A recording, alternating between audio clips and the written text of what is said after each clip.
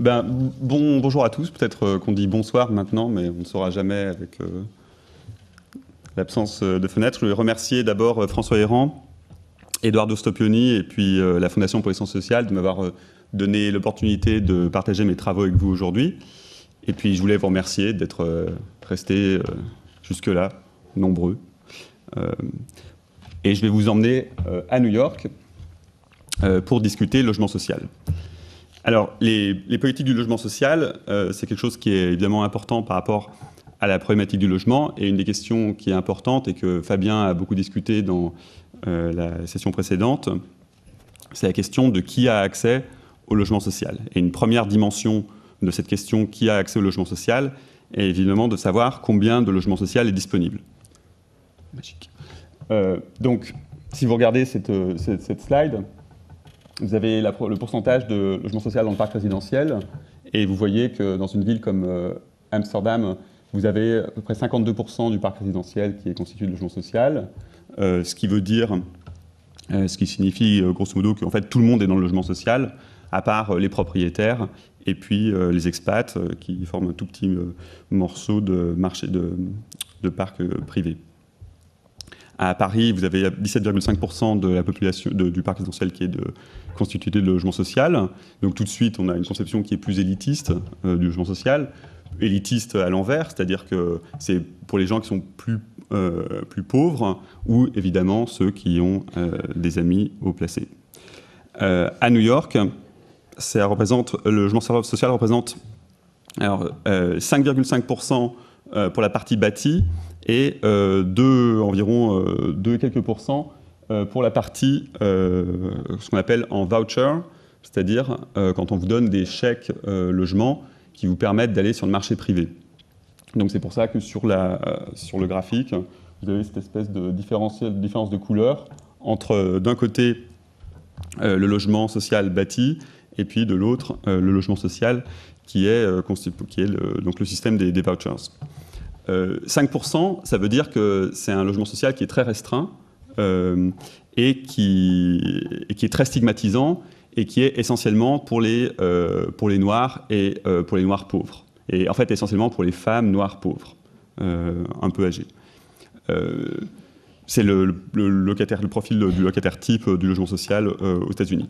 Il faut savoir aussi que le logement social a été démoli dans la plupart des villes américaines, que toutes les constructions bâties, la plupart des constructions bâties ont été démolies pour être remplacées justement par ce système de vouchers. Et que New York est une des villes où il reste du logement social construit en dur. Et pour comprendre ce que ça représente le logement social dans la vie économique des pauvres, un 2 pièces dans un ghetto malfamé à New York, c'est à peu près $1 500 par mois.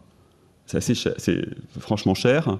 Le logement social pour un 2 pièces dans le même quartier, ce sera $200-400 par mois, entre $200 et $400 par mois. C'est modulé en fonction des revenus, évidemment.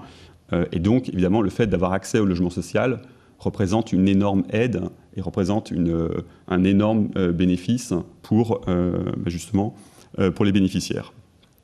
Alors, mais il y a un problème d'accès supplémentaire qui n'est pas simplement le problème d'accès lié à la quantité de logements sociaux disponibles, qui est le fait qu'il y a une loi aux États-Unis qui interdit l'accès au logement social aux personnes qui ont un casier judiciaire.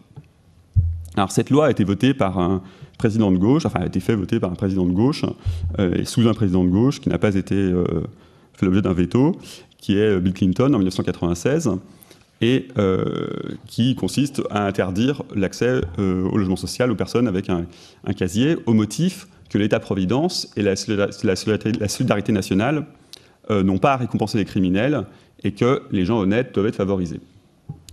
En 2002, entre 1996 et 2002, il y a eu un certain nombre de contestations dans les tribunaux de cette règle, notamment de son application par les bailleurs sociaux. Et la Cour suprême a rendu un arrêt en 2002 qui explique qui définit qu'il est désormais possible d'expulser un locataire si un membre de sa famille a commis un crime.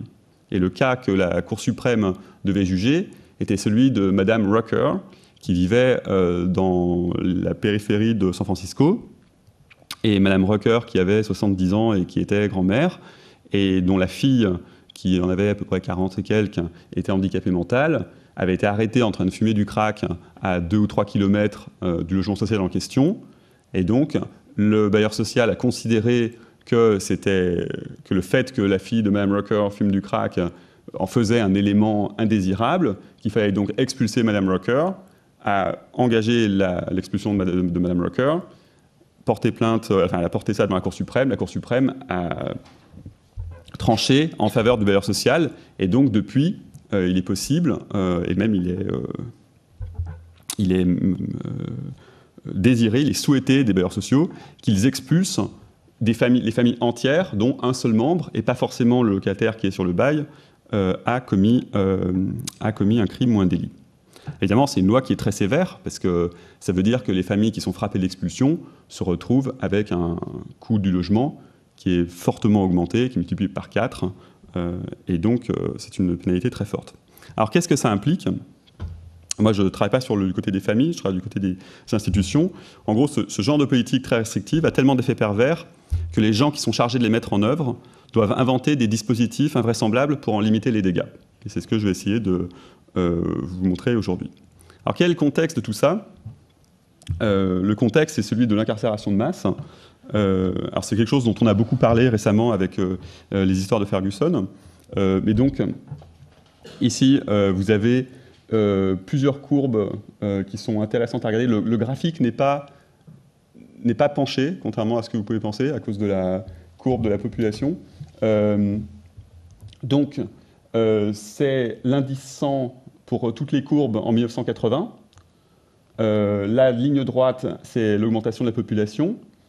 La ligne en pointillé qui devient une ligne pleine à partir de 1980, c'est l'incarcération. Et donc, vous voyez que le taux d'incarcération est multiplié par 5 entre 1980 et 2000.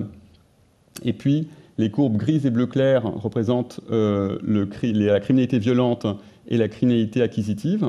Et donc, vous voyez comment est-ce que l'augmentation de l'incarcération semble répondre dans un premier temps à une augmentation de la criminalité, et comment, il y a un moment, il commence à y avoir une espèce de déconnexion du taux de criminalité et du taux d'incarcération, et qu'à partir des années 90, la baisse du taux de criminalité n'implique pas une baisse du taux d'incarcération. Au contraire, ça implique même une croissance exponentielle.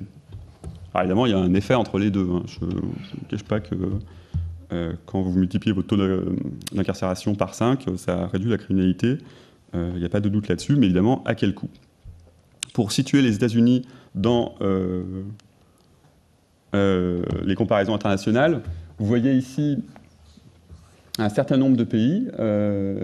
Alors, le Japon et le Danemark ont un taux d'incarcération de 0,05%, c'est-à-dire que de 50 pour 1000, 50-60 pour 1000. Donc c'est ce qu'on considère être un taux très bas d'incarcération. La France et l'Allemagne, évidemment c'est la France et l'Allemagne, donc c'est le taux normal, mais c'est pour ça que j'ai mis l'Allemagne, parce que c'est un pays sérieux, à 0,1% de taux d'incarcération. L'Angleterre est à 1, j'ai mis l'Angleterre, l'Angleterre est à 1,50 et est significativement plus incarcérante que les autres pays occidentaux. Ensuite, les grandes démocraties, Cuba et la Russie, sont à 0,5%. Les États-Unis mènent la marche avec 0,75% de taux d'incarcération. Et pour donner un petit ordre de grandeur, les criminologues s'accordent pour dire que l'URSS de Staline est la société la plus incarcérante de tous les temps, et qu'en 1953, son taux d'incarcération était de 1,4%. 1,4%, vous voyez, c'est un petit peu plus que le taux d'incarcération dans des États comme la Louisiane ou le Mississippi, puisque évidemment les États-Unis, c'est un grand pays, le Vermont et le Maine, grosso modo, c'est l'Europe, et la Louisiane et le Mississippi, c'est pas l'Europe. Voilà. Alors, le fait d'avoir un taux d'incarcération aussi important, évidemment, est un phénomène très important. Il y a des sociologues qui se sont amusés à calculer, par exemple, que ça réduisait le taux de chômage, parce que quand on incarcère tellement de gens, forcément, ça fait moins de demandeurs d'emploi sur le marché. Et ça concerne beaucoup de gens, et ça concerne essentiellement, ça concerne disproportionnellement les Noirs, puisque les Noirs représentent à peu près 13% de la population américaine et 45% de la population carcérale. Et donc ça signifie que, comme vous savez bien que la prison est quelque chose qui concerne principalement les hommes, à peu près à 96%, quelque chose comme ça, qu'un tiers des hommes noirs entre 20 et 30 ans sont aujourd'hui soit en prison, soit en supervision judiciaire. Un tiers. Et la statistique la plus effrayante, si vous êtes jeune noir aujourd'hui, vous sortez sans diplôme du système scolaire, vous avez 6 chances sur 10 d'aller en prison au moins une fois dans votre vie. Voilà. Donc c'est beaucoup plus que de faire votre service militaire, c'est beaucoup plus évidemment que d'aller à l'université. C'est-à-dire que la prison devient une expérience modale. Et évidemment, c'est un gros problème, c'est un phénomène massif qui a des implications importantes. Et l'une de ces implications, c'est que si beaucoup de gens vont en prison, ça veut dire que beaucoup de gens sortent de prison. Et que donc, comme la durée d'incarcération moyenne, c'est à peu près 2 ans, ça veut dire que chaque année, vous avez 650 000 personnes qui sortent de prison aux États-Unis. Et ces 650 000 personnes, elles reviennent à la maison, elles n'ont pas participé à l'éducation de leurs enfants, elles n'ont pas produit un revenu pour leur famille, et leur employabilité ne s'est pas améliorée. Donc, il y a tout un champ d'études aujourd'hui, dans la sociologie américaine, qui s'intéresse aux effets du casier judiciaire sur la vie en général. Alors, les exemples fameux de l'accès au droit de vote, dans beaucoup d'États aux États-Unis, le fait d'avoir un casier judiciaire vous prive du droit de vote, et on calcule que, comme on sait bien que les Noirs sont plus incarcérés et que votent très massivement démocrates, en 2000, Al Gore remportait la Floride haut la main, si, toute chose égale par ailleurs, s'il n'y avait pas eu d'incarcération de masse. C'est-à-dire si on avait un taux d'incarcération qui correspond à un taux d'incarcération européen. Évidemment, ça ne veut rien dire, parce que si les Noirs votaient à ce moment-là, les Républicains auraient fait des campagnes différentes, mais pour vous expliquer que ça a des effets importants. Des effets importants, très importants en termes d'emploi, évidemment, puisque ça veut dire que plein de gens qui ont un casier judiciaire qui est très facile, c'est très facile de consulter le casier judiciaire des gens aux États-Unis. Donc du coup, ça veut dire qu'ils ont moins de chances, ils subissent une grosse pénalité sur le marché de l'emploi. Et puis évidemment, dans l'accès à l'État-providence, donc ça prive de droits sociaux, et notamment ça prive de logement social, ce qui est la question qui m'intéresse tout spécialement aujourd'hui. Et pourquoi ça concerne particulièrement, pourquoi il y a un nexus logement social ex-détenu, c'est que dans une ville comme New York, 80% des gens qui sortent de prison retournent dans 7 quartiers. Donc c'est quelque chose de très concentré. Et évidemment, ces 7 quartiers sont les quartiers où il y a le plus de logements sociaux. Je vous montre rapidement, pour vous rafraîchir votre souvenir de vacances, une carte de New York avec Manhattan et sa forme caractéristique.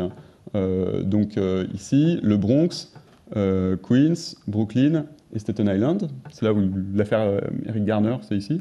Et donc le quartier que j'ai étudié, c'est East New York, qui est situé ici. Et dans la slide suivante, vous allez voir, vous allez retrouver cette carte en faisant un petit effort mental. Ceci est une carte de la distribution des groupes raciaux, des groupes raciaux dans l'espace new-yorkais. Donc vous retrouvez Manhattan, puisque Manhattan est très densément peuplé, donc c'est très facile, Manhattan parfaitement avec Central Park au milieu, et donc avec tous les quartiers de Manhattan. Donc en rouge, c'est les blancs, jusqu'ici tout va bien. En vert, les Asiatiques, donc ça c'est Chinatown. En bleu, Harlem, les Noirs. Et en orange, les Latinos, donc Spanish Harlem. Et donc vous voyez en fait les principaux quartiers qui envoient, très massivement des personnes en prison et donc qui reçoivent très massivement des gens qui sortent de prison. Donc c'est Harlem, South Bronx, Jamaica Queens, Bed-Stuy, Brownsville, East New York. Voilà. Principalement les quartiers noirs, évidemment. Et donc, moi je vous emmène ici.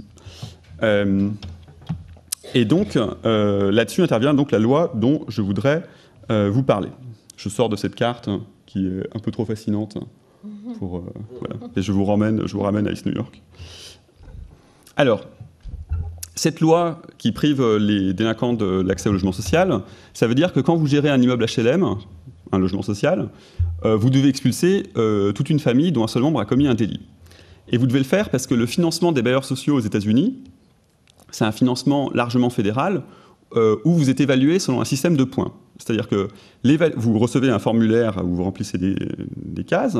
L'évaluation comprend évidemment le taux d'occupation, le taux de recouvrement des loyers, etc., mais également le taux d'expulsion des personnes avec un casier.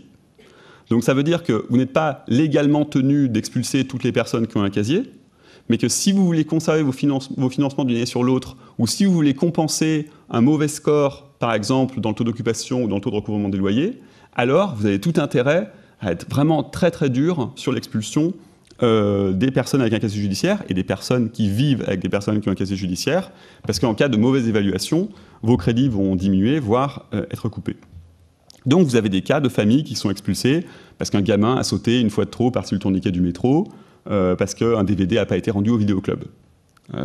Et donc ça pose des... Voilà. Alors là, vous me direz évidemment deux choses. Pour la plupart d'entre vous, ils sont fous, ces Américains. Et pour les juristes, dur à l'ex, c'est de l'ex, la loi est dure, mais c'est la loi. Alors pour l'argument, ils sont fous ces Américains, regardez aujourd'hui les appels à construire des prisons en France et les appels à mettre en œuvre des peines planchers, parce que c'est comme ça en fait qu'on grossit largement sa population carcérale et qu'on en vient à mettre en œuvre ce type de dispositif, puisqu'en fait la façon dont l'inflation carcérale advient, c'est en mettant en œuvre les peines planchers en fait. C'est-à-dire qu'au moment où on met des peines automatiques et des peines qui s'allongent assez vite en cas de récidive, tout de suite, on a une très forte inflation de la population carcérale.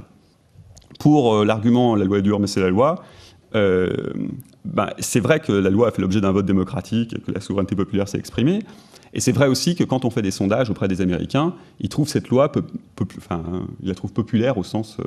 elle est populaire, voilà, elle est... Oui, elle est populaire, c'est ça. Ouais. Mais donc il se trouve que moi, à East New York, j'ai étudié les suites de ça, à savoir comment est-ce que c'est mis en œuvre. Et qu'est-ce que j'ai découvert, c'est que c'est une loi qui n'arrange personne. C'est-à-dire que pour le bailleur social, ça veut dire expulser une famille qui, par ailleurs, peut être un bon locataire qui paie ses loyers. Et donc, ça veut dire que parce que vous avez cette pression de devoir expulser les gens pour scorer bien sur vos évaluations, vous allez devoir expulser une famille qui peut-être donc sont des bons locataires et donc remplacer cette famille par des gens dont vous ne savez rien. Donc si cette famille où il y a des délinquants, c'est des gens qui posent des problèmes chez vous et qui ne paient pas leur loyer, tant mieux, quelque part, ça vous donne une occasion de les expulser à moindre frais. Mais si c'était des bons payeurs, ça pose un problème. Et pour le bailleur social, c'est un vrai problème de devoir expulser des bons payeurs, parce qu'il y a toute une problématique de recouvrement des loyers. Pour la mairie, c'est un dispositif, enfin c'est une loi qui crée des SDF. La façon dont fonctionne la sortie de prison à New York, c'est que tous les prisonniers qui sont relâchés, et si on compte les gens qui sont dans les prisons temporaires, dans les prisons pour très courte durée, ça fait 300 personnes par jour. Ça veut dire que 300 personnes par jour sont débarquées en bus à Queens Plaza. Donc si je reviens, juste pour vous dire à peu près où c'est, mince. C'est à peu près par là.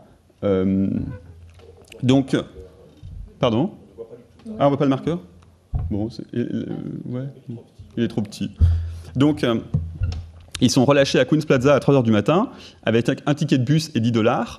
C'est pour ça qu'il y a cette espèce d'énorme pression à trouver rapidement un logement. Donc, c'est-à-dire que les gens, ils vont chez leurs amis, ils vont chez leur famille. Et souvent, en fait, ils vont chez leur famille. Et comme ils viennent de ces quartiers où il y a beaucoup de logements sociaux et qui sont parmi les segments les plus pauvres de la population, souvent, ils retournent chez les membres de leur famille qui sont dans le logement social. Et donc, de ce fait, ils mettent en danger leur famille. Donc, il y a ceux qui n'y vont pas pour éviter de mettre en danger leur famille, de leur accourir le risque de l'expulsion. Mais beaucoup y vont. Donc, tout ça pour dire, pour la ville, ça crée un problème de SDF. Et pour la ville, le problème de SDF, c'est que ça veut dire qu'il faut payer plus d'argent pour les foyers de sans-abri, qui est toute une industrie à New York, du foyer de sans-abri sur financements municipaux. Pour le contrôle judiciaire et la police, ça veut dire que les détenus libérés vont mentir sur là où ils habitent. Ça, c'est très mauvais pour les gens qui travaillent dans les institutions de répression, comme le contrôle judiciaire ou la police, parce que, en général, les forces de l'ordre veulent toujours savoir où habitent les gens condamnés par la justice, parce que c'est toujours les premiers qu'on a envie d'interroger quand il s'est passé quelque chose, et quand on a envie d'interroger, quand on cherche un suspect.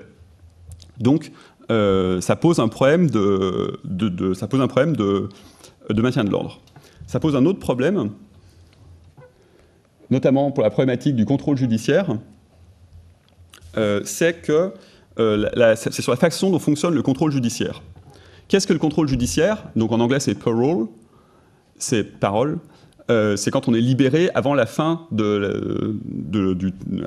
la sentence, et qu'on est libéré, mais qu'en fait on est ce qu'on appelle incarcéré dans la communauté, c'est-à-dire qu'on a toutes des conditions très restrictives, mais qu'on n'est pas en prison. Alors quel est l'énorme avantage de ça? Il est au-dessus de moi en ce moment même.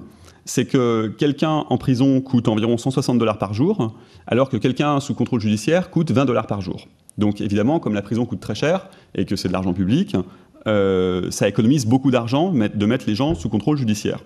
Donc d'un côté, il faut garder les gens dehors pour économiser l'argent du contribuable, et de l'autre, il faut éviter le cauchemar de tout contrôleur judiciaire, qui est qu'une personne sous contrôle judiciaire commette un crime atroce, et que du coup on dise « Ah, il y a des juges laxistes, des contrôleurs judiciaires laxistes qui ont gardé cette personne affreuse et horrible libre, alors qu'ils étaient censés le surveiller, et que cette personne ne commette pas un crime horrible. » Je sors de ce slide.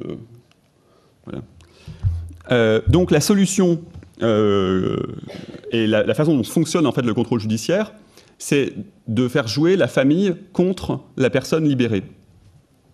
C'est-à-dire que la supervision efficace, c'est quand c'est pas le contrôleur judiciaire qui mène sa petite enquête sur l'un des 70 personnes qu'il doit surveiller à n'importe quel moment, c'est quand la famille cherche à se débarrasser de la personne qui est retournée de prison. Et quand cette personne se met à boire, à utiliser trop de drogue, à avoir un comportement qui va être violent, etc., qui sont des signaux généralement indicateurs de commission de crimes prochaines.